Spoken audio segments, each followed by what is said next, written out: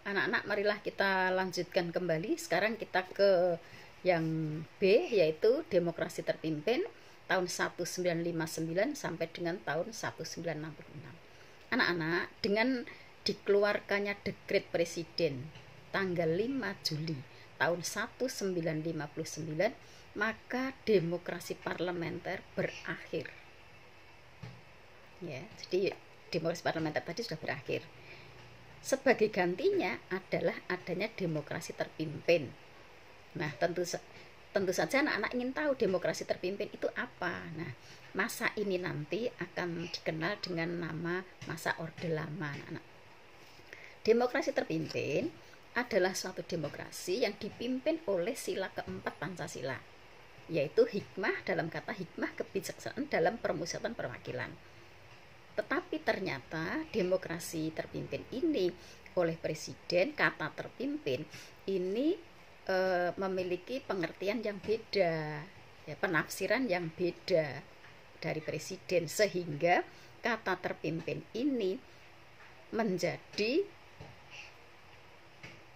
pimpinan terletak pada panglima atau pemimpin besar revolusi.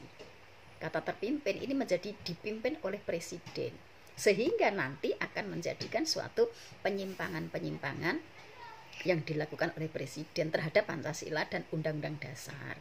Ini di video yang dulu, di bab yang dulu, bab 1 itu sudah pernah. Penyimpangannya apa saja? Marilah kita kembali mengulas, tidak apa-apa. 1, yaitu silakan buka bukunya ya anak-anak ya. Bukunya ada di halaman 69 ini. Halaman 69. 1. Presiden mengangkat anggota MPRS. Nah, ini kan tidak sesuai dengan Undang-Undang Dasar, karena dalam UUD 45 itu kan yang namanya MPR, wakil rakyat, kan itu kan harusnya dipilih, bukan diangkat. Nah, ini presiden mengangkat anggota MPRS dengan Penpres, penetapan presiden nomor 2 tahun 1959. Yang kedua, presiden membubarkan DPR. Ini juga tidak bisa, karena presiden dan DPR itu kan sebetulnya kan lembaga yang kedudukannya itu sama, tidak bisa saling menjatuhkan gitu. Nah, tanggalnya ini tanggal 5 Maret tahun 1960 dengan alasannya yaitu karena DPR tidak menyetujui RAPBN yang diajukan oleh presiden, sehingga akhirnya presiden membubarkan DPR dan membentuk yang baru, yaitu DPR-GR, Dewan Perwakilan Rakyat Gotong Royong, tanggal 24 Juni tahun 1960. Berikutnya sekarang kita ke yang ketiga. Yang ketiga yaitu presiden melakukan pengintegrasian.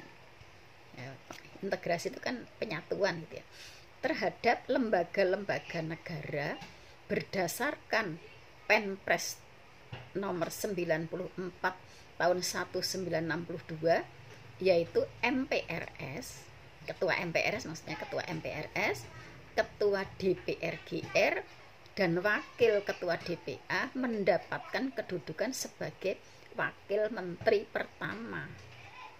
Menteri kan kabinet tadi.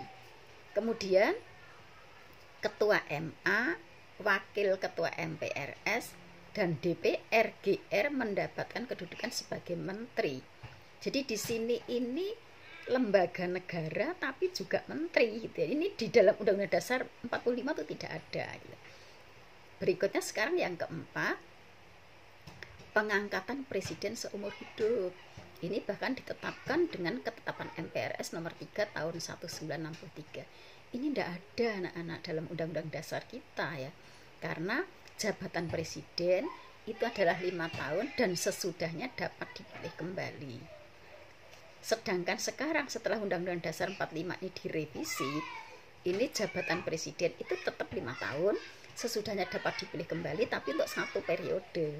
Jadi seperti misalnya sekarang Bapak Presiden Jokowi, ini kan sudah jadi presiden yang kedua, periode yang kedua.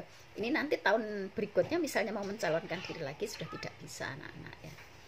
Ini jadi pada waktu itu pengangkatan presiden seumur hidup. Jadi ini bertentangan dengan Undang-Undang Dasar negara kita.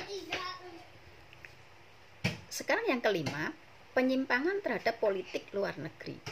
Politik luar negeri anak-anak kan masih ingat ya, politik luar negeri kita namanya bebas aktif. Bebas aktif itu artinya bebas untuk menentukan nasibnya sendiri, bebas untuk tidak memihak salah satu blok yang ada di dunia ini. Karena di dunia ini ada blok barat, ada blok timur. Tetapi di dalam politik luar negeri Indonesia saat itu ini ngeblok ke timur gitu ya, condongnya ke timur.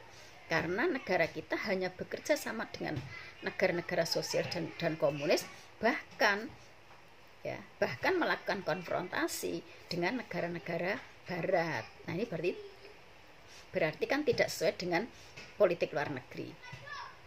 Yang keenam yaitu presiden membubarkan Partai Masyumi dan Partai Sosialis di Indonesia dibubarkan, padahal itu sesuai dengan Pancasila. Sedangkan memberi kesempatan terhadap komunis, padahal komunis itu tidak, PKI ya, itu tidak sesuai dengan Pancasila. Nah, inilah anak-anak ya, penyimpangan-penyimpangan di masa Orde Lama atau di masa demokrasi terpimpin. Nanti kita lanjutkan lagi videonya.